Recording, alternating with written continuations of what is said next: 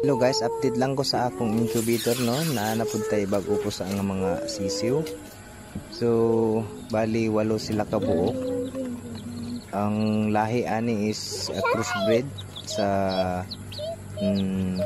Black Australorp kag rooster nga Cobra, and then ang isa is Rhode Island Red kag Cobra Rooster report, and then ang duha dira is pure native. Bago nato ni sila ilipat sa brooding pen nato, ang ginahimo nako is ginapainom pa nako ni sila tubig nga naay asukal.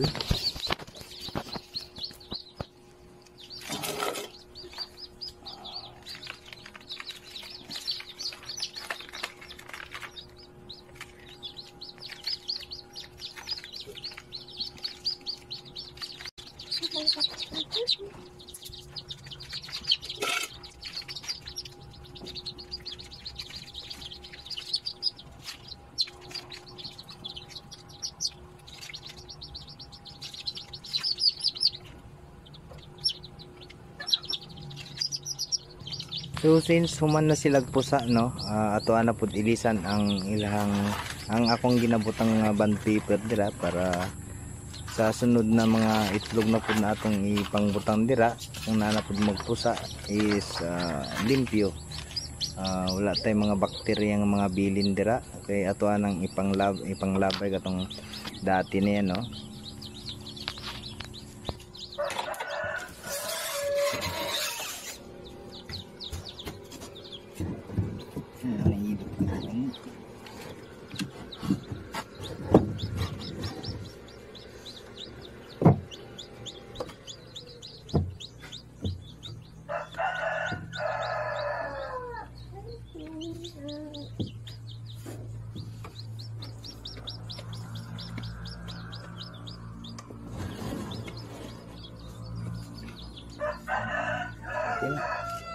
So mauning akong brooding pen guys, gamay lang pero musakto siguro sa gatos siguro dire.